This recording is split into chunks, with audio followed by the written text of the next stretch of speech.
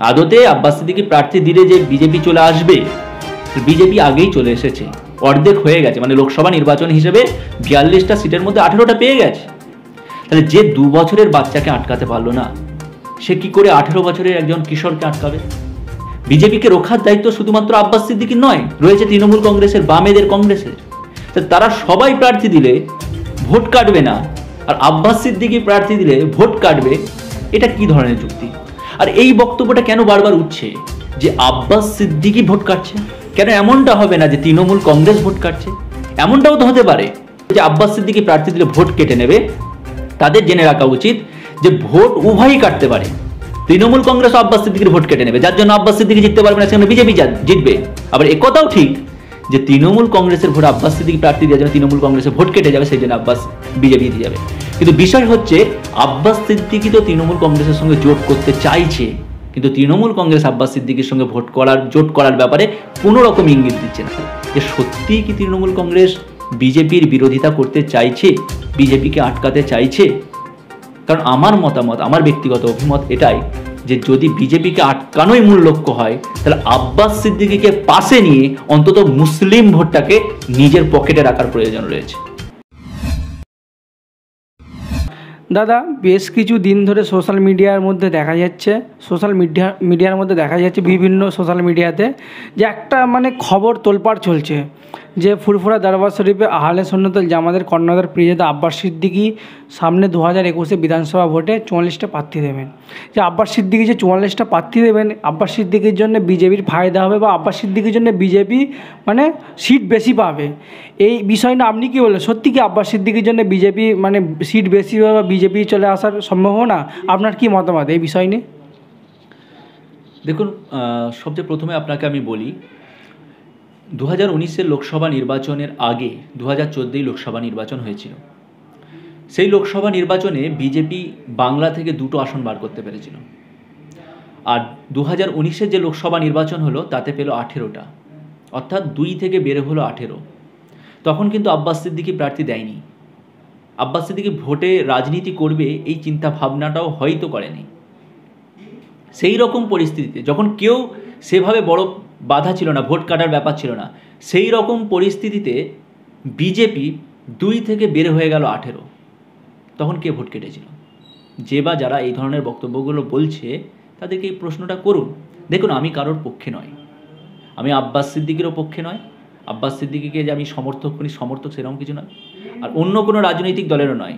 আপনি যদি আমার কাছে এই প্রশ্ন করেন একজন নিরপেক্ষভাবে, একজন সাধারণ নাগরিক হিসেবে, যেটা বাস্তবিক, সেই বিষয় হিসেবে আমি আপনার কাছে প্রশ্নটা রাখছি যে 2 থেকে যে 18 হলো, কার জন্য হলো? তার জন্য কে দায়ী ছিল? প্রথম কথা। দ্বিতীয় কথা হলো, আপনার এই জায়গা থেকে অর্থাৎ 2 থেকে যে 18 হয়ে যাওয়া বা তৃণমূল কংগ্রেসের যে ব্যর্থতা, যার জন্যই 2 থেকে 18 হয়েছে। তাহলে যে 2 বছরের বাচ্চাকে আটকাতে পারলো না, সে কি করে 18 বছরের একজন কিশোরকে আটকাবে? এটাও তো একটা বিষয়। তাহলে সেই জায়গায় দাঁড়িয়ে যারা এই ধরনের বক্তব্য বলছে, তারা একটা মিথ্যাচার করছে বা অভিযোগ বা কোনো একটা রাজনৈতিক দলের পক্ষপাতিত্ব করে তারা এই ধরনের কথা বলছে। আদতে আব্বাস সিদ্দিকী প্রার্থী দিলে যে বিজেপি চলে আসবে, বিজেপি আগেই চলে এসেছে, অর্ধেক হয়ে গেছে। মানে লোকসভা নির্বাচন হিসেবে 42টা সিটের মধ্যে 18টা পেয়ে গেছে। এর পরের বিষয়টা যেটা, সেটা হচ্ছে, দেখুন, আব্বাস সিদ্দিকী বাংলার বিধানসভা নির্বাচনের সিট হচ্ছে 294টা, আব্বাস সিদ্দিকী প্রার্থী দিচ্ছেন 44টাই প্রার্থী। আমার সঙ্গে সেভাবে কথা হয়নি, কোন বিষয়ের ওপর যে কেন তিনি 44টা দিলেন, কেন তিনি 294টা দিলেন না, এর ব্যাখ্যা তার কাছে নাই, আমি কখনো পাইনি। তবে আমার ব্যক্তিগত অভিমত, হয়তো এই কারণেই দেয়নি যে 294টা আসনে প্রার্থীদের সব জায়গায় তার সংগঠন শক্ত বা মজবুত নয়। সেক্ষেত্রে কিছু কিছু ভোট কাটলেও দেখা যাবে যে ধর্ম নিরপেক্ষ বা যারা তথাকথিত সেকুলার বলে নিজেদের পরিচয় দেয়, সেই সমস্ত রাজনৈতিক দলগুলো হারের সম্ভাবনা তৈরি হবে এবং সেক্ষেত্রে বিজেপি জয়ের সম্ভাবনা প্রবল হবে। সেই জন্যই হয়তো বাকি 250টা সিট ছেড়ে দিয়ে তিনি কেবল 44টা আসনে প্রার্থী দেওয়ার কথা ঘোষণা করেছিলেন। তো এখন কথা হচ্ছে, বিজেপিকে হারানোর দায়িত্ব তো শুধুমাত্র আব্বাস সিদ্দিকীর নয়। কারণ আমরা যাদেরকে বা দেশের মানুষ যাদেরকে ধর্মনিরপেক্ষ যারা মানুষ, তারা বিজেপির বিরুদ্ধে ঢাল হিসাবে যে সমস্ত রাজনৈতিক দলগুলোকে দেখে, যাদেরকে তথাকথিত সেকুলার বলে, আদতে তারা সেকুলার নয়, সেগুলো হলো বাম, কংগ্রেস এবং তৃণমূল কংগ্রেস বাংলার বুকে। তা তাদেরকে দেখে, তাহলে বিজেপির বিরুদ্ধে রোখার দায়িত্ব যারা এই ধরনের কথাগুলো বলছে তাদের জেনে রাখা উচিত যে বিজেপির বিরুদ্ধে বিজেপিকে রোখার দায়িত্ব শুধুমাত্র আব্বাস সিদ্দিকীর নয়, রয়েছে তৃণমূল কংগ্রেসের, বামেদের, কংগ্রেসের। তারা সবাই প্রার্থী দিলে ভোট কাটবে না, আর আব্বাস সিদ্দিকী প্রার্থী দিলে ভোট কাটবে, এটা কি ধরনের যুক্তি? এর কি কোনো যুক্তি রয়েছে? আর সবচেয়ে বড় কথা হলো, যদি তৃণমূল কংগ্রেস সত্যি বিজেপি বিরোধী হয়, তাহলে তার সবচেয়ে প্রথম পদক্ষেপ হওয়া উচিত ছিল আব্বাস সিদ্দিকীর সঙ্গে জোট করে নেওয়া। সেটা 44-এ জোটবদ্ধ হলে, আলোচনার মাধ্যমে, টেবিলের কথাবার্তার মাধ্যমে সেটা 44-এর জায়গায় 40 হতে পারে, 40-এর জায়গায় 30 হতে পারে, 30-এর জায়গায় 20 হতে পারে, একটা সমঝোতা হবে। তাহলে সেখানে কি হবে, যে জায়গাগুলোতে আব্বাস সিদ্দিকী প্রার্থী দেবে সেগুলোতে দেবে না তৃণমূল কংগ্রেস। তাহলে সেখানে একদম নিশ্চয়তা থাকবে যে এখান থেকে আব্বাস সিদ্দিকী সিট পেয়ে যাবে, এখানে অন্য কোনো দল নয়। আর জোটবদ্ধ, তার মানে আব্বাস সিদ্দিকী যে জায়গায় প্রার্থীগুলো দিচ্ছে না, অর্থাৎ তৃণমূল কংগ্রেস দিচ্ছে, সেখানে যারা মুসলিম ভোট ব্যাঙ্ক রয়েছে সেই ভোট ব্যাঙ্কগুলোকে আব্বাস সিদ্দিকী সম্পূর্ণভাবে কনভার্ট করবে তৃণমূল কংগ্রেসে।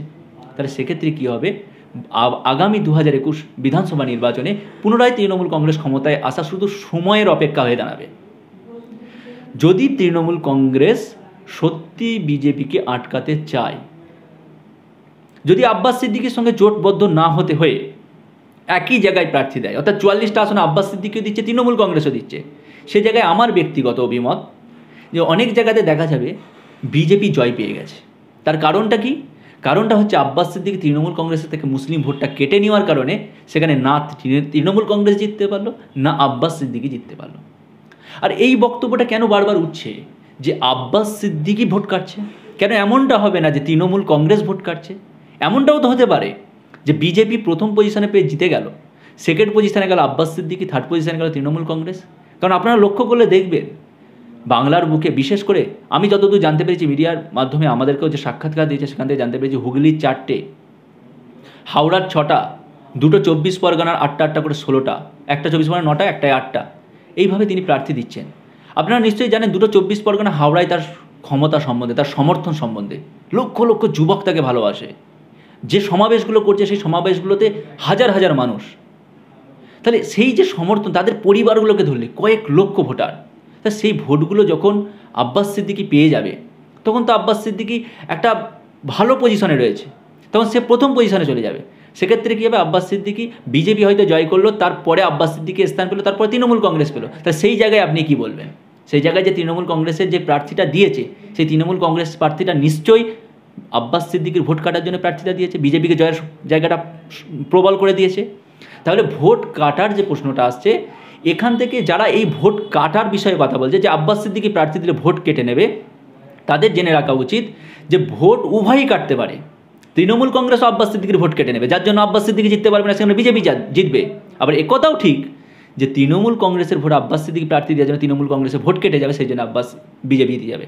কিন্তু বিষয় হচ্ছে আব্বাস সিদ্দিকী তো তৃণমূল কংগ্রেসের সঙ্গে জোট করতে চাইছে, কিন্তু তৃণমূল কংগ্রেস আব্বাস সিদ্দিকীর সঙ্গে জোট করার ব্যাপারে কোনো রকম ইঙ্গিত দিচ্ছে না। তাহলে এইখান থেকে একটা ছোট্ট ইঙ্গিত পাওয়া যাচ্ছে এইটাই, যে সত্যিই কি তৃণমূল কংগ্রেস বিজেপির বিরোধিতা করতে চাইছে, বিজেপিকে আটকাতে চাইছে? কারণ আমার মতামত, আমার ব্যক্তিগত অভিমত এটাই, যে যদি বিজেপিকে আটকানোই মূল লক্ষ্য হয়, তাহলে আব্বাস সিদ্দিকীকে পাশে নিয়ে অন্তত মুসলিম ভোটটাকে নিজের পকেটে রাখার প্রয়োজন রয়েছে। পাশাপাশি আপনাদের জানিয়ে রাখি, আব্বাস সিদ্দিকী যিনি আমাদের প্রতিনিধির মাধ্যমে জানিয়েছিলেন যে 44টা আসনে তিনি প্রার্থী দেবেন, সেই 44টা আসনে যদি ভোট কাটার জন্য বিজেপি জয়লাভ করে, তাহলে তার দায় তিনি নিজে নেবেন। পাশাপাশি তিনি তৃণমূল কংগ্রেসের দিকে একটা চ্যালেঞ্জ ছুড়ে দিয়েছিলেন।